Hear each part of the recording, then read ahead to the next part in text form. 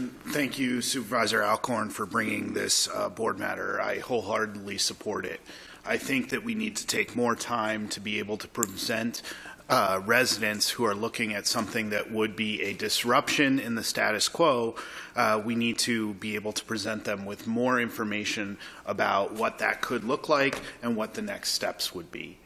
I think that we did not do a great job of coming up with multiple scenarios and being able to present that to residents.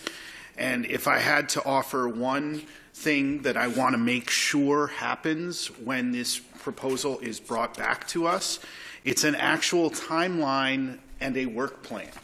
So I held a town hall, and one of the questions that admittedly got my dander up was when somebody asked something along the lines of, so game out, if we take this vote and we start the 5-year clock, what does the next year look like? And the answer was not great. I mean, there wasn't much information about steps there. All that being said, and again, I think that we need to create a menu of options. No, we're not going to be able to answer every question, but we need to sort of have some scenarios and some possibilities. And yes, keeping in mind what Chairman McKay just said about how we'll have 5 years to talk about this, I do want to just point out a few things about this situation and why it's been difficult.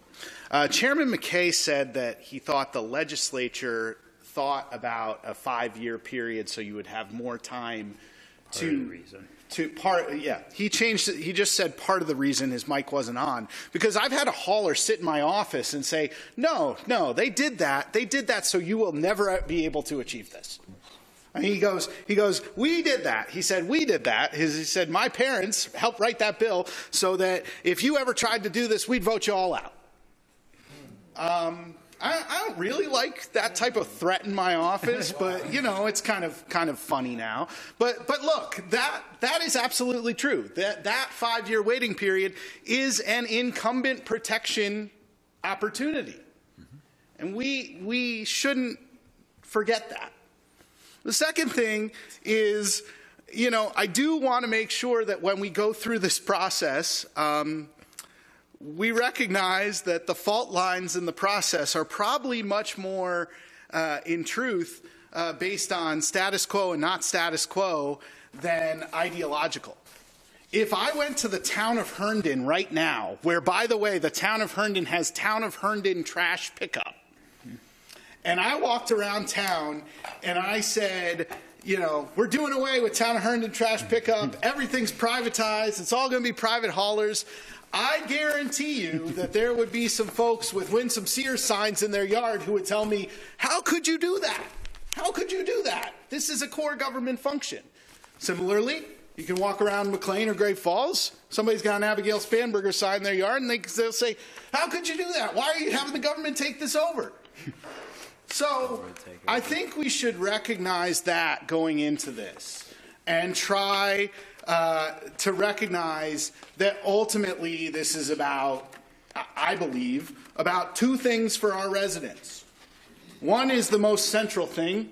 How do we make sure they're getting a better deal? Period. James represents 130,000 in the Braddock District, 130,000 Drainsville, 130. Are they getting a better deal? And look, there is also a second component of this, which is we know that the way that we collect trash, the way that we process trash, the way that we deal with trash, the way that we recycle, does have broader environmental effects. And we want this county to be around for our kids, our grandkids, our great-grandkids, you name it.